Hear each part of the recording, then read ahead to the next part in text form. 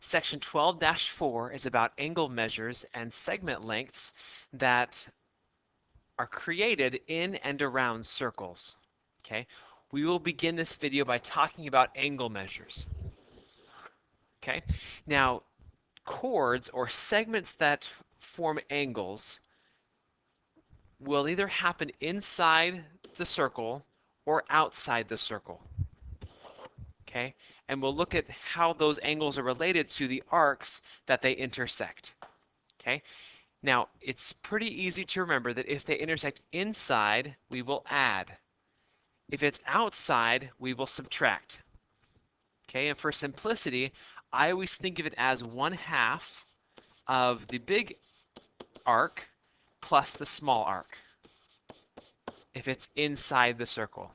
If it's outside the circle, I think of it as 1/2 of the big arc minus the small arc. Okay, so in both cases, it's 1/2 of the big plus or minus the small, and it's plus if it's inside and minus if it's outside. Okay, let me show you two examples of this idea. In letter A, we have the two lines intersecting inside the circle. So the formula is x equals 1/2 of, let's just write big plus small, or 1/2 the big arc is 90, the small arc is 46. Okay, now I will follow my order of operations. I will do the parentheses first. 90 plus 46 is 136, and multiply that times 1/2, and I get 68 degrees. Okay, so the measure of angle x is 68 degrees. Now in problem B, the angle is formed by segments that intersect outside of the circle. So the formula is going to be that the angle is equal to 1/2 of the big arc minus the small arc. Okay, now this one's a little bit different than A because we're looking for one of the arcs, not the angle, because the angle is 20 degrees. So write that in there. 20 degrees is equal to 1/2. Now the big arc is 95, and the small arc is given the variable z. Okay, now to use some algebra to solve this. Now the biggest thing standing in my way is this times 1/2 right here. So the way that you undo a times 1/2 is by doing the opposite, which is either times 2 or divide by 1/2. I will times by 2. So multiply this side by 2 and multiply this side by 2, and I get 40 is equal to, this will cancel with this, is equal to 95 minus z. Now, to get z by itself, I will subtract both sides, 95 from both sides, and 40 minus 95 is negative 55, is equal to negative z, and then I divide both sides by -1 or times by -1, either way, you get z is equal to 55 degrees. Okay, now if you want to check your answer, you can plug it back in to the original formula to see if it checks. Okay, the angle again is 20 degrees. Okay, it's equal to 1/2 of the big one is 95, and we just found that the small one z is 55. Okay, so let's see here. 1/2 of 95 minus 55 is 40, and half of 40 is 20. Okay, so that is correct. Let's move on to segments that occur in and around circles. Again, there are two cases. The book talks about a third, but we'll focus on these two. Okay, the segments will either intersect inside the circle or outside the circle. Okay, if they occur inside the circle, you will multiply A times B, which is on the same segment, times C times D, again on the same segment. Okay, so you multiply the two numbers on the same segment, and those will be equal to each other. Okay, the second case, if it happens outside the circle. Now this is probably the most complicated of the four formulas we have in this section. Okay, but I think of it as w plus x, this total length. Okay, w plus x times the outside. So I multiply that times whatever's on this outside, and that's going to be equal to, on the other segment, the total